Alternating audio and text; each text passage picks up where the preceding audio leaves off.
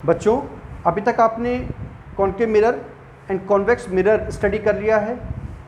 दोनों मिरर्स की कैरेक्टरिस्टिक्स आपने स्टडी कर ली हैं। दोनों मिरर्स के केस में रिफ्लेक्टिंग सरफेस के सामने ऑब्जेक्ट्स की क्या क्या लोकेशंस पॉसिबल हैं और उनसे बनने वाली जो उनकी इमेजेस हैं उनकी क्या क्या पोजीशंस होती हैं, ये आपने स्टडी कर लिया है। इमेजेस का नेचर कैसा होता है, मीन्स वो रियल इन्वर्टेड होती हैं या वर्चुअल इरेक्ट हो जाती हैं, ये आपने स्टडी किया है। इसके अलावा आपने इमेजेस के साइज़ को स्टडी किया, मीन्स इमेज छोटी हो जाती है, बड़ी हो जाती है, सेम साइज़ की रहती है, ये आपने स्टडी किया। और आज हम पढ़ रहे हैं mirror formula. Mirror formula basically आपको न्यूमेरिकल्स में हेल्प करेगा। कई बच्चे जो है न्यूमेरिकल्स में यहाँ अटकते हैं कि हम ऑब्जेक्ट का डिस्टेंस क्या लें, इमेज का डिस्टेंस क्या लें, मीन्स नेगेटिव लें या पॉजिटिव लें, फोकल लेंथ का क्या डिस्टेंस लें। कुछ बच्चे मैग्नीफिकेशन पे जाके अटक जाते हैं कि मैग्नीफिकेशन का ये फॉर्मूला जो है उसमें U V, height of the object, height of the image का साइन हम क्या रखें, वहाँ जाके अटकते हैं। तो मिरर फॉर्मूला करने के बाद आपको जो न्यूमेरिकल्स है वहाँ पर बिल्कुल भी प्रॉब्लम नहीं आएगी। तो स्टार्ट करते हैं mirror formula. Mirror formula actual में it gives a relation between u distance of object, v distance of image, f focal length, r radius of curvature, h dash height of image and h height of object. इनके बीच में एक relation provide करता है, means ये आपस में कैसे रिलेटेड है। तो मिरर फॉर्मूला को प्रूव करने के लिए हमने सबसे पहले कॉन्केव मिरर बनाया। This is a concave mirror और इस कॉन्केव मिरर में ये हमने प्रिंसिपल एक्सिस बना दी और इस प्रिंसिपल एक्सिस में ये जो मिरर है इसका पीछे वाला जो सरफेस है वो एक पॉलिश्ड सरफेस है। ये हमने ये ऐसी कुछ लाइंस बनाई हैं, इससे शो कर दिया। ये इसका पॉलिश्ड सरफेस है, जिसका पोल हो गया मिरर का पोल, जिसका फोकस हो गया और यहाँ पर इसका सेंटर ऑफ कर्वेचर हो गया। अब आपको रे डायग्राम्स बनाने आते हैं मिरर के केसेस में। अगर हमने ऑब्जेक्ट को सेंटर ऑफ कर्वेचर के पीछे रखा, ठीक है, अब आप इसको सी पे रखो, एफ पे रखो, सी एफ के बीच में रखो, कहीं भी रखो, मिरर फॉर्मूला हमेशा हमारा ऑलवेज सेम आता है। जब आप कॉन्वेक्स मिरर के केस में करेंगे तब भी मिरर फॉर्मूला सेम आएगा। तो ये थोड़ा कन्वीनियंट मेथड है, बच्चों को आसानी से समझ में आ जाता है, इसलिए हम सी के पीछे behind centre of curvature object को रखते हैं। और रे डायग्राम के लिए ये लाइन गई प्रिंसिपल एक्सिस के पैरेलल। तो हमें मालूम है कि ये it passes from focus after reflection, ये रिफ्लेक्शन के बाद फोकस से पास हो जाती है। और एक रे अगर पोल पे इंसिडेंट होती है तो जिस एंगल से आएगी उसी एंगल से वापस चली जाती है, सेम एंगल से वापस। और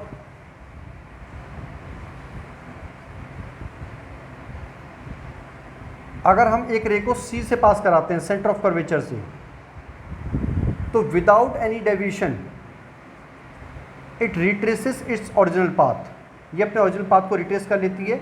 ये बातें सब बच्चों को मालूम होंगी। और अगर आपने रे डायग्राम नहीं पढ़ा है तो पहले आप रे डायग्राम को पढ़िए। तो if this is A B the size of the object, then this A dash B dash is the size of the image, size of the image.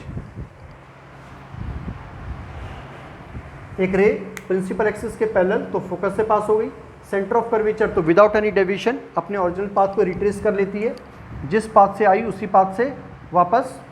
और अगर पोल पे इंसिडेंट होती है तो सेम एंगल से वापस। वो तो क्या सभी में होता है, यहाँ भी होता है कि वो सेम एंगल से वापस होती हैं। हम इसका नॉर्मल जब ड्रॉ करेंगे तो angle of incidence is always equal to angle of reflection. तो this is I here and this is are.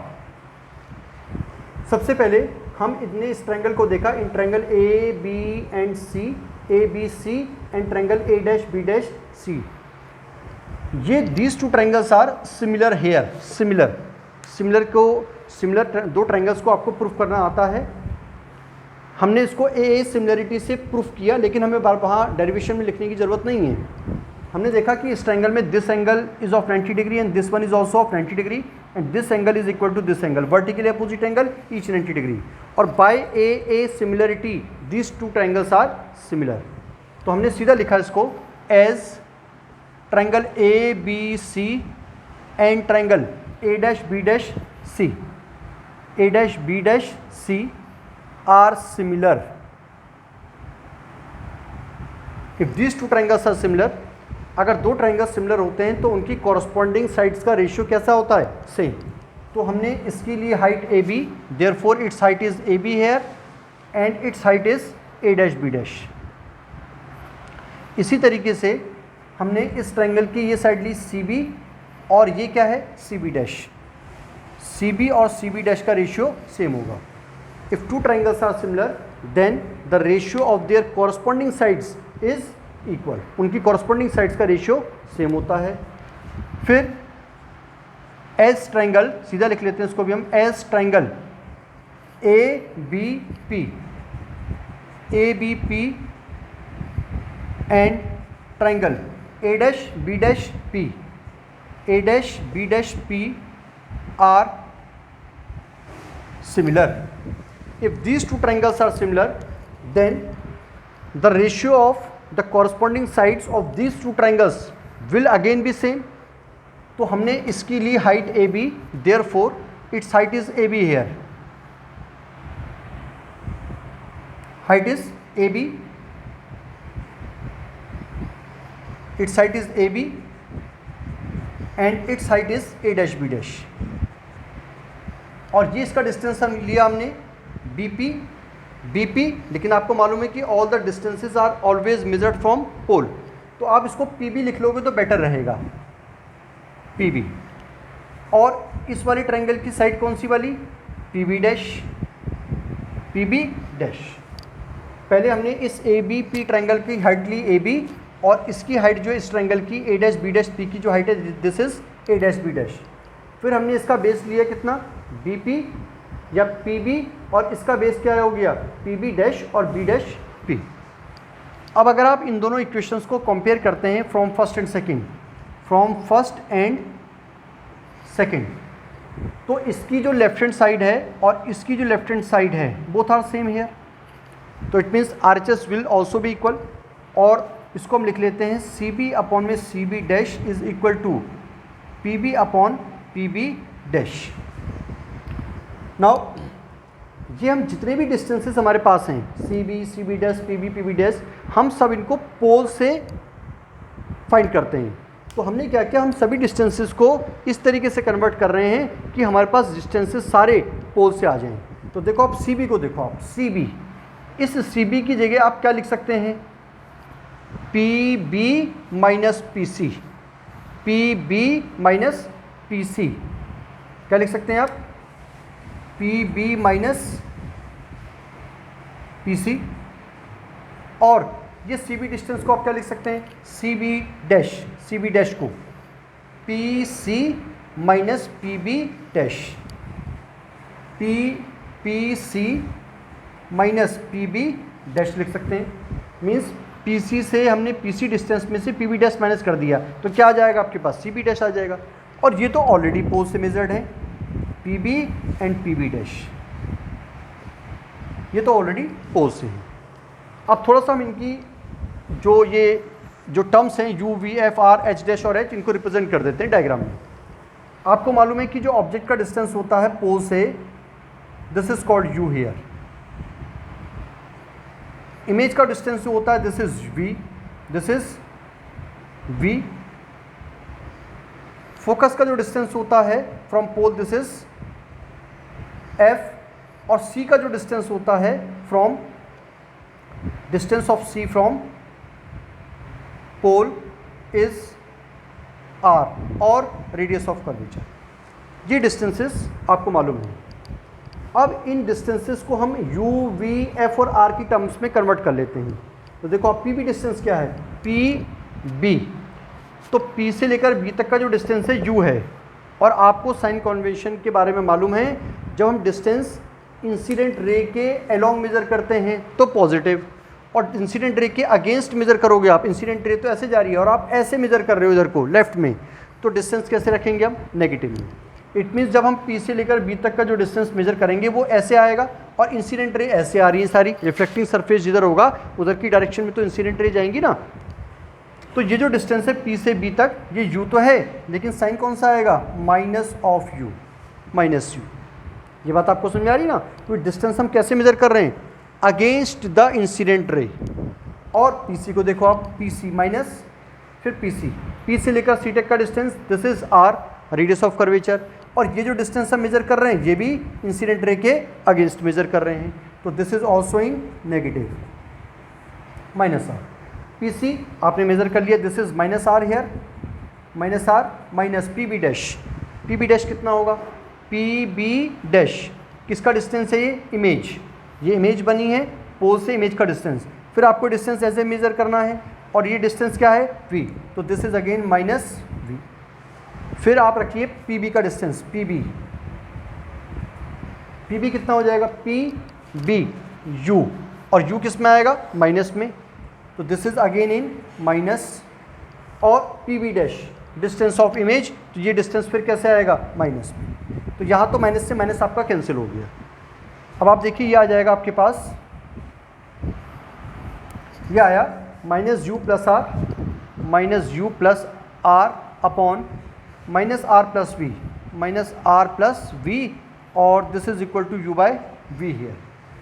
इसके बाद क्रॉस मल्टीप्लाई कर दो, तो क्रॉस मल्टीप्लाई करने का मतलब है V - U + R हो जाएगा और U - R + V हो जाएगा, क्रॉस मल्टीप्लाई होगी दोनों की।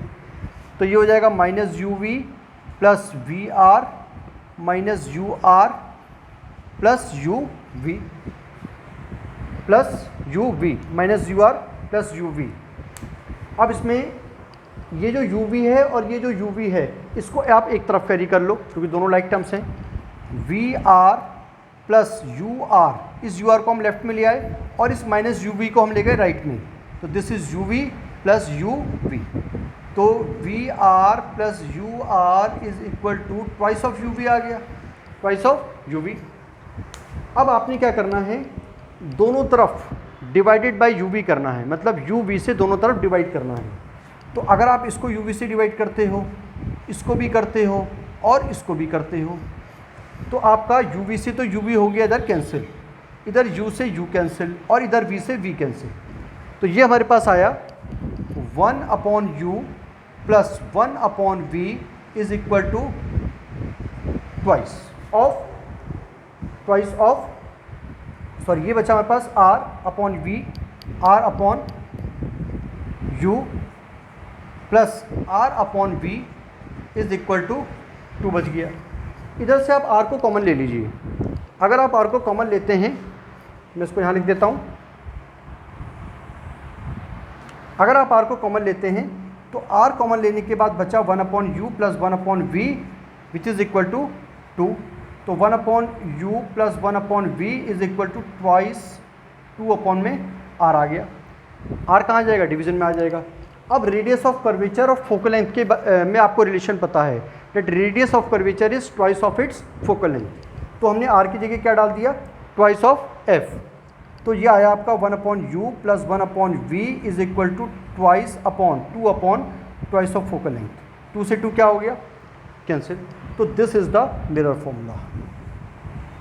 मिरर फॉर्मूला हमारे पास आया, मिरर फॉर्मूला आ गया 1/U + 1/V which is equal to 1 में focal length. This is the mirror formula.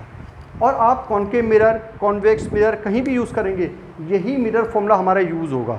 आप किसी भी पोजीशन पे ऑब्जेक्ट को रख के देख लेना, हर बार मिरर फॉर्मूला हमारा ये आएगा। इसी प्रोसेस से आपको करना है, ट्राई करना है, ठीक है। तो this is the mirror formula. अब हम थोड़ा सा इसके मैग्नीफिकेशन के बारे में स्टडी करते हैं। अब आप देखो इसमें मैग्नीफिकेशन के बारे में जब हम इसको में स्टडी करेंगे, इसको मैं मिटा देता हूँ।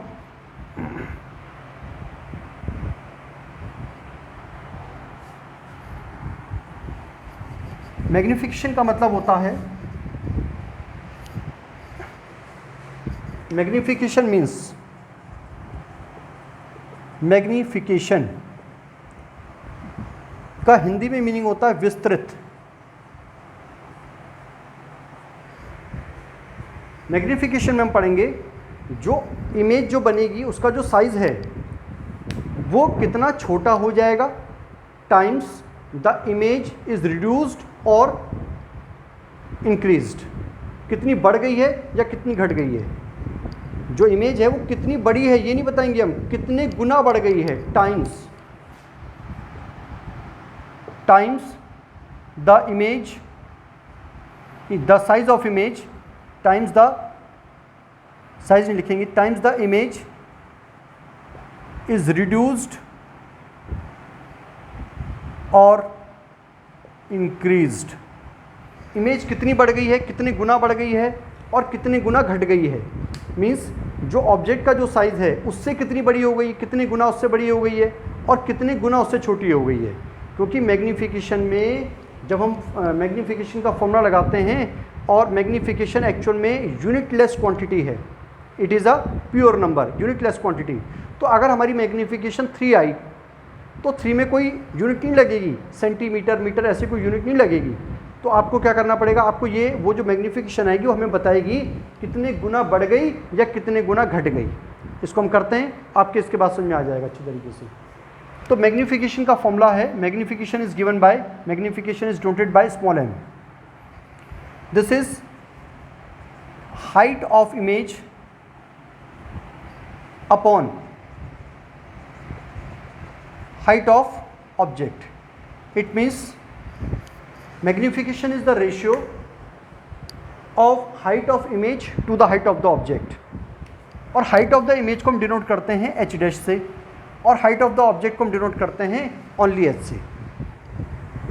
तो मैग्नीफिकेशन हमारे पास आया h डैश अपॉन में h आया, h डैश अपॉन h। अभी मैं इनकी साइन कन्वेंशन के बारे में आपको बताता हूँ। थोड़ा सा आप इस डायग्राम में दोबारा से आओ। अगर हमने ये है h और ये है h dash, height of the object, height of the image. अगर अभी आपने इस ट्रायंगल को ABP ट्रायंगल ABP को सिमिलर दिखाया था triangle A dash B dash P के, A dash B dash P के। कैसे देखो, 90 डिग्री 90 डिग्री, और इस ट्रायंगल का एंगल I और इस ट्रायंगल का एंगल R इक्वल है। Angle of incidence is always equal to angle of reflection, ये हमें मालूम है, लॉ ऑफ रिफ्लेक्शन में हम पढ़ चुके हैं इसको। तो A सिमिलरिटी से दोनों ट्रायंगल सिमिलर हैं। अगर ये सिमिलर हैं तो AB upon A dash B dash का रेशियो, AB अपॉन में A डैश B डैश का जो रेशियो है वो किसके इक्वल होगा, PB upon PB dash, PB upon PB dash के इक्वल होगा। तो ये जो H डैश है ये एक्चुअल में क्या है, A डैश B डैश है। तो हमने इसको A डैश B डैश को तो किया ऊपर और AB को लाए नीचे, तो ये भी ऊपर चले जाएगा PB डैश, और PB कहाँ जाएगा, नीचे। अब आप इस A dash B dash upon में AB को क्या बोल सकते हो, that this is H dash upon में H, ये H डैश अपॉन H है। तो H dash upon H actual में PB डैश अपॉन PB के बराबर है। और अब आप देखो ये PB डैश क्या है, this PB dash is what, distance of image, distance of image. तो इस PB डैश की जगह हम क्या लिख सकते हैं, V लिख सकते हैं, और PB की जगह आप क्या लिख सकते हैं, PB की जगह आप लिख सकते हैं कितना, PB is what, PB distance of object U लिख सकते हैं। साइन कन्वेंशन में आते हैं हम, ये आपने जो H डैश लिखा है हम साइन कन्वेंशन में पढ़ चुके हैं। जो भी इमेजेस प्रिंसिपल एक्सिस के नीचे बनेंगी उनका सबका साइन कैसा होता है, नेगेटिव। तो ये हमने क्या का साइन लगाया, नेगेटिव हेयर। और H का मतलब होता है हाइट ऑफ द ऑब्जेक्ट, और ऑब्जेक्ट अगर प्रिंसिपल एक्सिस के ऊपर है तो ऑलवेज उसका साइन कैसा होगा, पॉजिटिव। तो ये हमारे पास आया माइनस, और ये H डैश अपॉन H, अभी आपने क्या दिखाया, V अपॉन U दिखाया, लेकिन हम वहाँ भी साइन कन्वेंशन यूज़ करते हैं। PB डैश, P से लेकर B डैश तक का जो आपका डिस्टेंस है वो कैसे आ रहा है, इंसिडेंट रे के अगेंस्ट, तो माइनस, और डिस्टेंस ऑफ PB भी कैसा है, इंसिडेंट रे के अगेंस्ट, तो उसमें भी क्या का साइन आएगा, माइनस का साइन आएगा। तो ये हमारे पास आया माइनस V अपॉन में माइनस U, क्योंकि आपने H डैश अपॉन H की जगह तो minus V upon minus U use कर लिया, और ये माइनस का साइन एज इट इज़ है। तो मैग्नीफिकेशन हमारे पास आया माइनस H डैश अपॉन में H, which is equal to minus से minus cancel, this is equal to minus V by, this is the magnification. और इस मैग्नीफिकेशन के फॉर्मूले को लिखने के बाद आप जब न्यूमेरिकल्स में इसको इम्प्लीमेंट करेंगे तो आपको बिल्कुल भी प्रॉब्लम नहीं आएगी।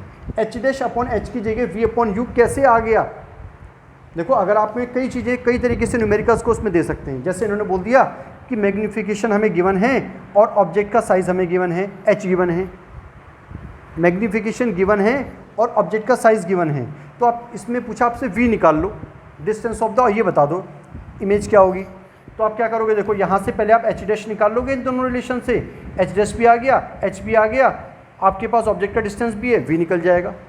या आपको बोला कि मैग्नीफिकेशन इतनी इतनी है और ऑब्जेक्ट, और अगर ऑब्जेक्ट को c पे रखा है, c पर, और तो इमेज भी कहाँ बनती है, c पे बनती है, मीन्स v और u आपका इक्वल है। तो आपको मैग्नीफिकेशन दे दिया, बोला भाई इमेज का डिस्टेंस बताओ, तो आप मैग्नीफिकेशन की वैल्यू पुट करो और v और u आपके कैसे हैं, सेम है, ठीक है। या v और u आपके सेम हैं, मीन्स v की u की जगह आप v डालोगे तो आपका मैग्नीफिकेशन डायरेक्ट निकल के आ जाएगा। कई तरीके से क्वेश्चंस को, मतलब इस रिलेशन में से कोई भी दो क्वांटिटी देके हमें तीसरी क्वांटिटी पूछ सकते हैं, ठीक है। तो नेक्स्ट लेक्चर में, नेक्स्ट वीडियो में हम इस मिरर फॉर्मूला पे बेस्ड कुछ न्यूमेरिकल्स करेंगे। जब तक आप इस मिरर फॉर्मूला को रिवाइज कीजिए। Thank you.